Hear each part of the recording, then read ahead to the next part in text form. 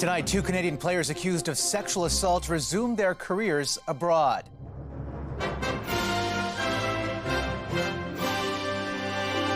Where they're going. Many survivors are going to feel very harmed by their moves. As the culture of Canada's national sport comes under the microscope again. The dramatic collapse that added to the chaos in a Vancouver neighborhood. It is devastating to know that this got canceled and the reason why. Plus, a thwarted terror plot scuttles a trio of Taylor Swift concerts in Europe. These people are just criminal thugs. They don't represent Britain. An exclusive with one of Britain's most powerful politicians on the rise of right-wing violence as Canada upgrades its travel advisory to the UK. And the must-see nightly spectacle in Paris. The beacon of light that's become the hottest ticket at the Olympics.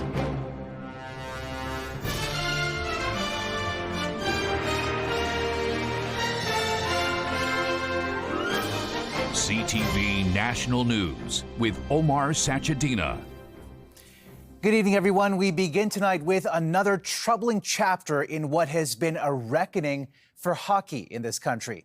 Earlier this year, 5 former Team Canada World Junior players were charged and accused of participating in a group sexual assault.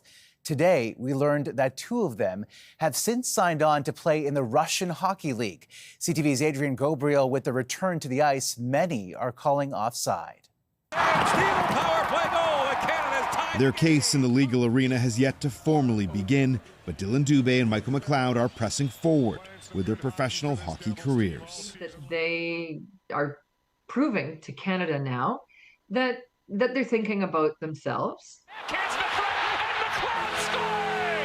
A former member of the New Jersey Devils, McLeod has signed a contract with a KHL team in Kazakhstan. Great look there for Dubé to get a former Calgary Flame. Dubé is now listed as a member of the Belarus-based KHL team, Dynamo Minsk. Dubé, Cal Foote, Carter Hart, McLeod, and Alex Fermenton have all been charged with sexual assault. McLeod is also facing 1 charge of being party to the offense. The charges the players are facing are connected to an alleged group sexual assault of a woman inside this upscale London, Ontario hotel in June 2018 following a Hockey Canada gala. They are acting on the culture of hockey that produced them. While acknowledging that the players are innocent until proven guilty and they do have a right to earn a living, the author of this book, Crossing the Line, Violence and Sexual Assault in Canada's National Sport, says this new development has been a trigger for other sexual assault victims who've reached out to her. That Canada needs to think about what it says about these 2 men who represented our country in 2018 and what they're doing now. Since the start of the war in Ukraine, the Canadian government has advised its citizens, including those playing in the KHL, not to enter or to leave Russia. CTV News emailed the lawyers representing Dubé and McLeod to give them a chance to share the reason behind their decision. We're still awaiting their response. We also reached out to the NHL and the victim's lawyer. Both responded, declining a request for comment at this time. Adrian Gabriel, CTV News, Toronto. Last night, we brought you the story of a woman we're calling Lieb, who is speaking out about an alleged rape at the hands of billionaire Frank Stronach. Tonight, she is sharing how she first came forward a decade ago, but she says her complaint was ignored. And now advocates are urging a review of police practices. Here's CTV's Judy Trin. Billionaire Frank Stronach is 91 years old, but in Lee's memory, he's frozen at 47, and she at 20. Lee claims that in 1980, Stronach sexually assaulted her on a dance floor, then later raped her while she was blacked out. It just made me so frightened and untrusting of anybody. After decades of staying silent, Lee walked into a Toronto police station in 2015. I needed to come forward, that he needed to be stopped. But Toronto police didn't investigate further. It would take another 9 years before charges were laid against Stronach by a different police service, after other women came forward to Peel Regional Police. Lee's lawyer says her initial case needs to be reviewed. It could have been done, or at least an investigation could have been done back in 2015 that would have led to much earlier charges and may have stopped further assaults from happening after 2015. Of Stronach's 10 accusers, 2 were allegedly assaulted after Lee went to police. Advocates for survivors say Lee's case is an example of why victims fall through the cracks.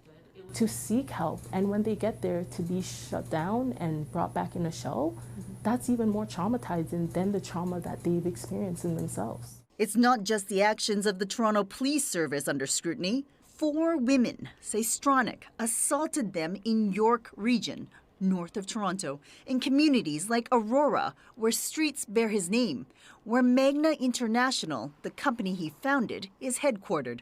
Records show that Magna and the Stronach Group horse racing business donated $25,000 each to the former York Regional Police Chief's retirement dinner in 2020. It's staggering the kind of force field this man created around him. Jane Boone says Stronach took advantage of her when she was 19 years old and he was 54 at a company dinner. His staff kept her champagne glass full and drove her to his guest house. Boone says Stronach's enablers should assist police in their investigation. They should be feeling very guilty, and this is a way to atone for their lapses in judgment and the absence of kindness they showed some vulnerable women. CTV News has asked Frank Stronach for an interview, and he has turned down our request. Instead, Stronach's lawyer says he will defend himself against what he calls unsubstantiated and unfounded allegations in court. Omar. All right, Judy, thank you. The mystery surrounding the Toronto terror plot has the federal government now attempting to piece together a timeline of events. Obviously, the internal reviews in terms of the security screening process with the Department of Immigration, Refugees and Citizenship are ongoing. There have been some public allegations around certain information. It might be interesting to know when that information came to light and when that information was in the hands of which decision maker. The comments follow pressure from opposition parties demanding answers on how 2 men with alleged ISIS ties even gained entry into Canada. The duo appeared in court today via video link.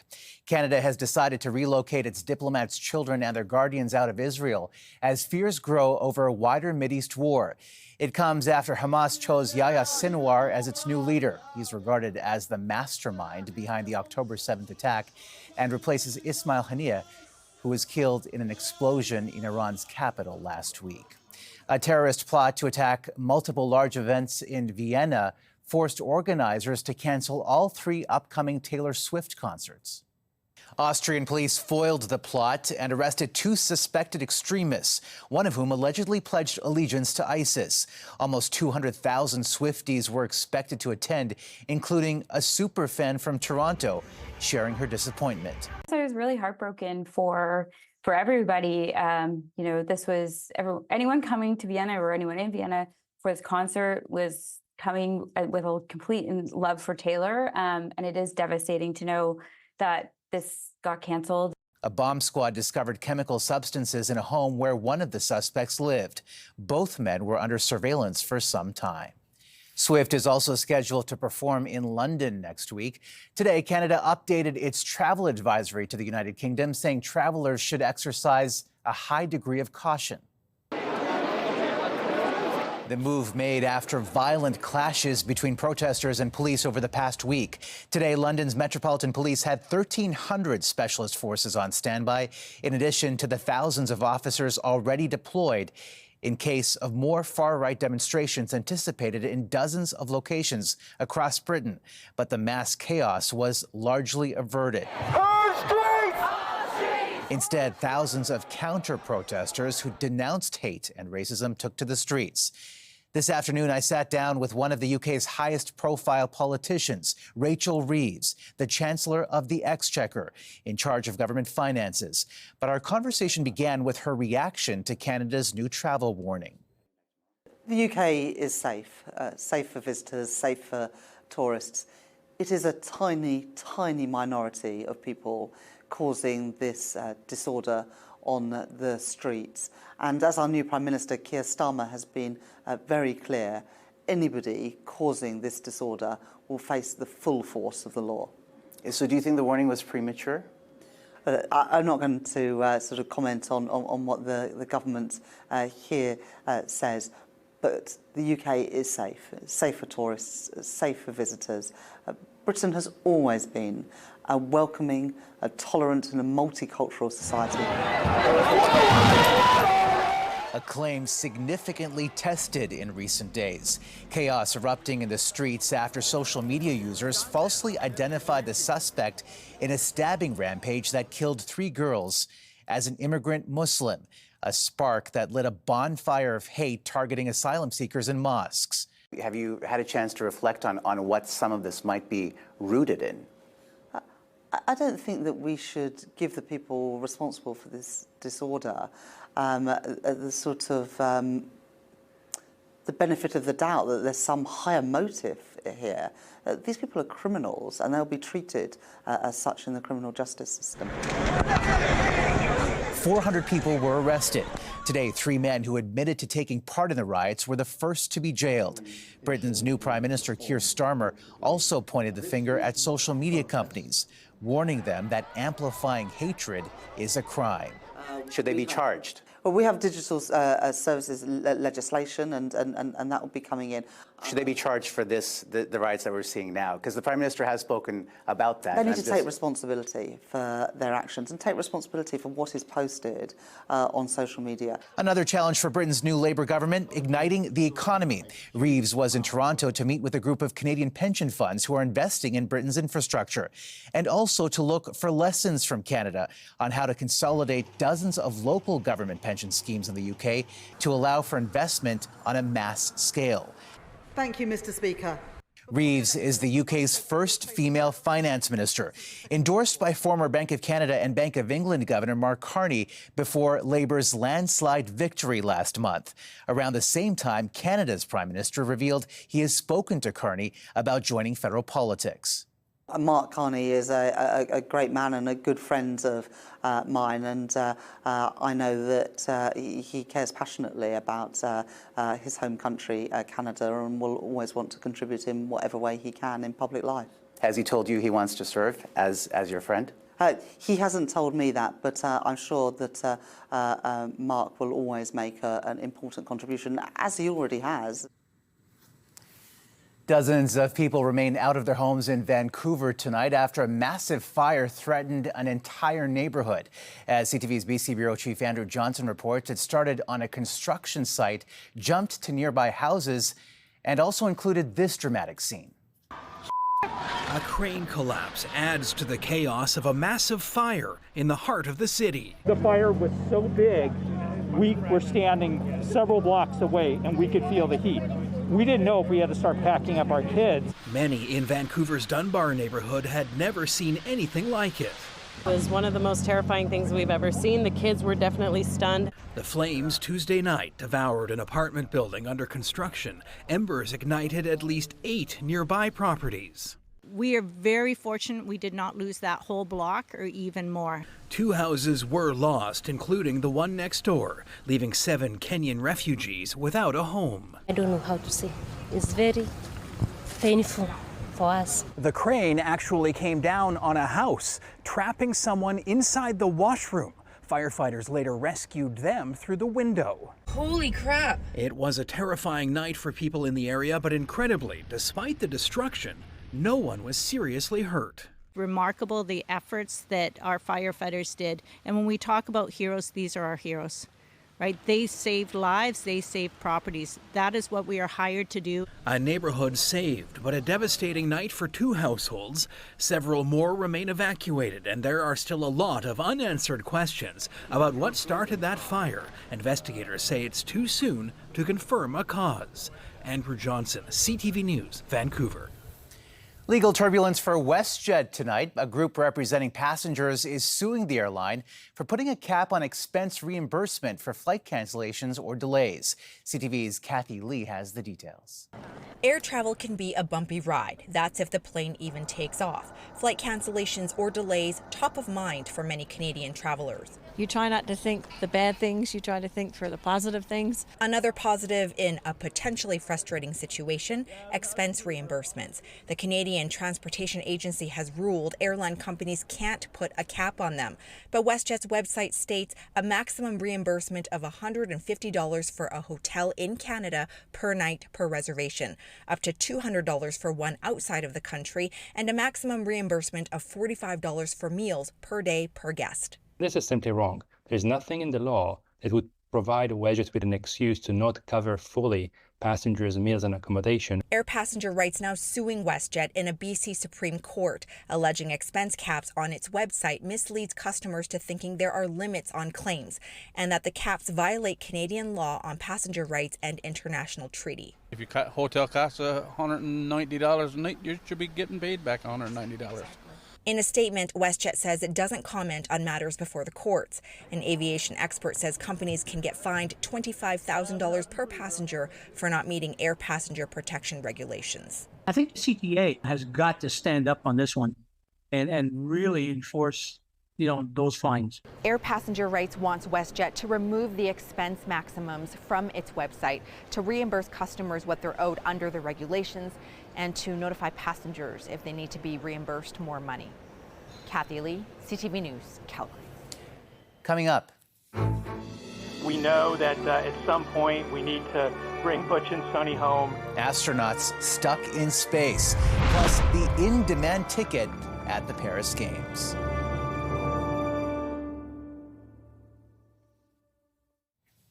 Two NASA astronauts stuck on the International Space Station may need to stick around a little longer to find a ride home. We know that at some point we need to bring Butch and Sonny home. Sunita Williams and Barry Wilmore flew to the ISS on board Boeing's Starliner back on June 5th. They were only meant to stay a week, but thruster issues have delayed their return by roughly 7 weeks so far. NASA is now considering sending them home with SpaceX's Dragon 9 crew next February. There is a new snapshot tonight of how many Canadians are opting for medical assistance in dying. Since it became legal in 2016, the rate at which the option has grown in Canada has been faster than anywhere else in the world. CTV's Alison Bamford on the findings. More and more Canadians are opting for medical assistance in dying. We can expect an increase with any new medical practice. The most recent data shows MAID accounted for 4.1% of all Canadian deaths in 2022. The number of medically assisted deaths growing roughly 4.5 times higher than in 2017, the first full year MAID was legalized. Canada's rate nearing that of the Netherlands, which legalized physician-assisted dying in 2002. We want to make sure that people aren't choosing MAID because they feel like they have no other choice or they don't have adequate aid in living and not just in dying. But the numbers aren't surprising for doctors providing MAID, who say more awareness and patient control are likely driving the increase. They are day in, day out suffering, knowing things are not getting better. So people are making this switch. Patients must meet the federal criteria and undergo a thorough assessment before receiving MAID. A recently developed course now standardizes training for MAID assessors. We as clinicians have to figure out, are they intolerably suffering? Is there anything else we can offer them to ease their suffering, to relieve their pain, to relieve their stress, to relieve anything? Earlier this year, Ottawa announced plans to delay the expansion of MAID to patients whose sole underlying condition is mental illness. That expansion is now slated for March 2027. Alison Bamford, CTV News, Regina. Still ahead. Canada catapults to new heights at the Paris Summer Olympics.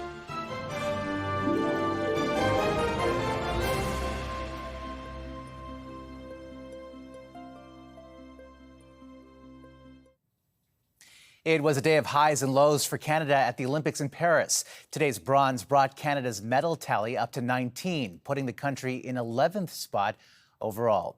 Here's CTV's Scott Hurst. A pole vaulting podium finish for Team Canada. Alicia Newman winning bronze, clearing 4.85 meters. The 30-year-old from London, Ontario, claiming a Canadian record in her third Olympic Games. Defending Olympic champion Andre De Grasse will not get a chance to defend his title in the 200-meter, missing out on the qualifying time in the semi-final heats. His countrymen Aaron Brown and Brendan Rodney also not fast enough to move on. Disappointment on the track earlier in the day as well for reigning 5,000-meter silver medalist Mohamed Ahmed. He and others fell heading into the final lap of the heats. Ahmed submitted an appeal on the fall, but was denied. Canadians are still in the mix for a medal in beach volleyball. The duo of Melissa Humaniperdes and Brandy Wilkerson, the first Canadian women to compete for a medal on the sand. They'll play their semifinal match tomorrow against Switzerland.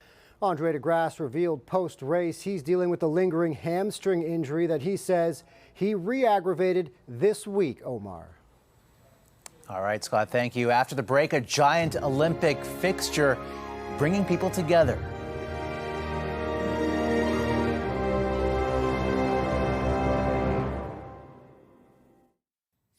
One of the hottest tickets in Paris isn't actually for the games themselves. It's for the Olympic cauldron. CTV's Geneviève Beauchemin has the story.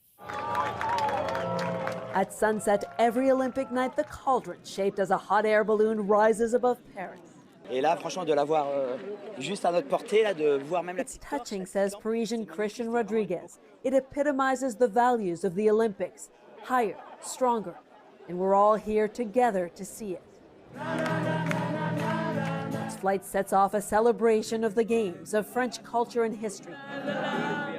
A beacon of light, say organizers, in the night. The Vasque, as it is called in French, draws its shape from the invention of the hot air balloon by brothers the Montgolfiers in the 1700s. The designer of the cauldron, Mathieu Lehanard, says it pays tribute to the spirit of creativity, innovation, and sometimes madness of France. C'est la toute première fois qu'effectivement il y a It's the first time there's a cauldron that flies, and the first time there's an Olympic flame that is not a real flame. It's not fire, but rather LED spotlights and 200 high-pressure misting nozzles, and so it produces less fossil fuels than the usual cauldrons kept aflame with natural gas. This new work of art in Paris has launched 1,000, well, actually millions of selfies, and set British artist Charlie Davies off on a journey. I saw it on the TV at home about 3 days ago and thought, I really need to come and paint this because it's so glorious. And so I booked a trip and came, and I've got 27 hours to paint in Paris, and then I have to go home. Davies says she is better with a brush than words. She seemed to find ones to describe this moment. By its very nature, it's uplifting, isn't it? So it's going to rise up, and I think that's what the Olympics is all about. Everybody's rising to the challenge, and it's just an amazing thing. The mayor says she wants to keep this cauldron after the games end, to be part of the new landscape of the City of Lights. Geneviève Beauchemin, CTV News, Paris. What a spectacular sight. That's a snapshot of this Wednesday for all of us at CTV National News. Thank you for watching. Good night, and see you tomorrow.